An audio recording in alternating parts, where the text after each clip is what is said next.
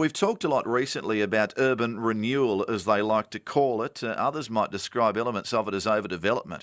And we see another example of this through Dulwich Hill now.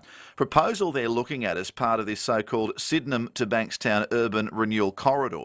Now, you think there are many Federation homes through the suburb of Dulwich Hill. It has a very nice community feel, but that could all change. As part of the proposed route of the Inner West Light Rail, you could end up with a scenario of 8-storey unit complexes on either sides of major roads through Dulwich Hill. Now, is that really the way we're going? And I know increasingly there is a focus on higher density living around public transport links, but it has prompted the creation of the Save Dully Action Group. Concerned about what would be the changing face of Dulwich Hill, a spokesperson for Save Dully is Jessica D'Arienzo, and I'm pleased to say she's on the line. Jessica, good morning. Good morning, how are you? I'm well, thank you. What are some of the major concerns you've got surrounding this urban renewal corridor, as they like to refer to it? In essence, we're particularly concerned about the brutal impacts of the Sydenham to Bankstown urban renewal plans and the way that it will impact on the current character and heritage of Dulwich Hill. Now, some might argue, well, when it comes to public transport, there'd be plenty of parts of Sydney screaming out for public transport. What are the objections around this? What is your concern about what's proposed here? Well, this isn't just about density around the train station and the current light rail. It is more about going into the suburb and destroying current single-dwelling homes like Federation homes. So it really is an intrusion into the suburb of Dulwich Hill and, in fact, in an intrusion into quite a few of the suburbs along the corridor from Bankstown to Sydenham. OK, so what would be some of the other suburbs potentially affected by this? Well, we've got along the suburb significant increase in density around Bankstown, Belmore, Campsie and Canterbury in particular.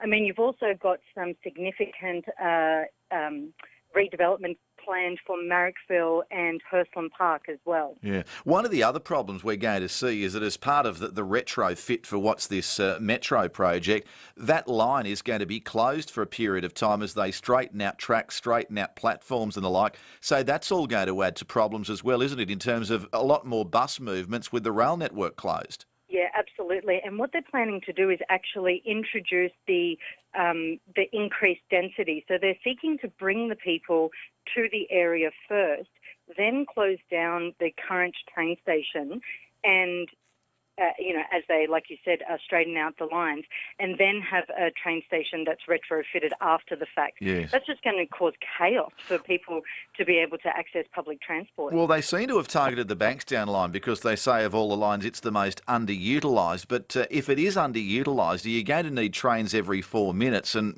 given they want to use driverless trains on those tracks, they've discovered you can't do that where the train sits on a bend at a platform, which is why they've got to straighten the rail line, straighten the platform, and we end up with the rail network in the Bankstown line closed for 6 or 7 months minimum.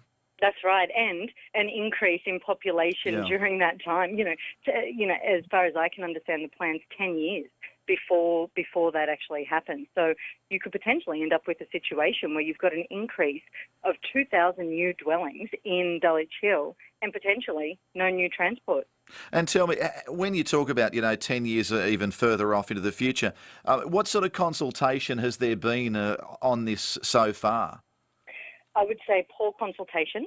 The Department of Planning ran a number of what they called community drop-in sessions where the plans were on display for each of the precincts. Community members were only told about those drop-in sessions through coming across it on the Department of Planning's website. I think there might have been one advertisement in our local newspaper, the Inner West Courier. Right. But there was absolutely no leafleting, no mailbox drop, and really no real and proper consultation to raise awareness of these plans. And so what's the next step as far as the Save the Dully Action Group is concerned now? Well, we've now, sought to empower the community to be able to make their formal submissions before the deadline, which was the 7th of February. The next stage now is to look at what the Department of Planning, how they respond to our formal submissions. We would like to see that there is a decrease in the number of housing that they're proposing in the area. We would also like to see some much better upfront strategic planning to deal with the infrastructure issues that at the moment they say, they'll be dealt with as the corridor strategy develops. Yeah. And, that's just not. Well, this not is the good point. I enough. mean, where is the land for additional schools going to come from, for instance, in the inner west? I mean, they talk about going upwards, but, they're all the important things, whether it's childcare centres, whether it's schools, all of the things that come along with population surge. Where do you suddenly produce the land, click your fingers and say, oh, well, there's a brand new primary school? It just doesn't happen like that.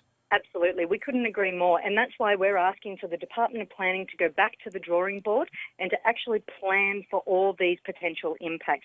And we're talking about, exactly like you've said, schools, hospital, childcare capacity. We're looking at sewerage issues. We're looking at the impact on our local biodiversity corridor, which is home to the endangered bandicoot. We're looking for open spaces. We're asking the Department of Planning to do good strategic upfront planning if they are intending to increase the population in Dully Chill. Yes, with the emphasis on planning, Jessica. Well, look, we'll stay in touch. I appreciate your time. Good luck with it.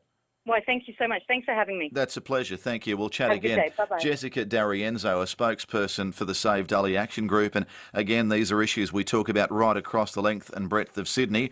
And I think they've got some justifiable concerns in all of that. Government tells you one thing, what they do can often be very, very different.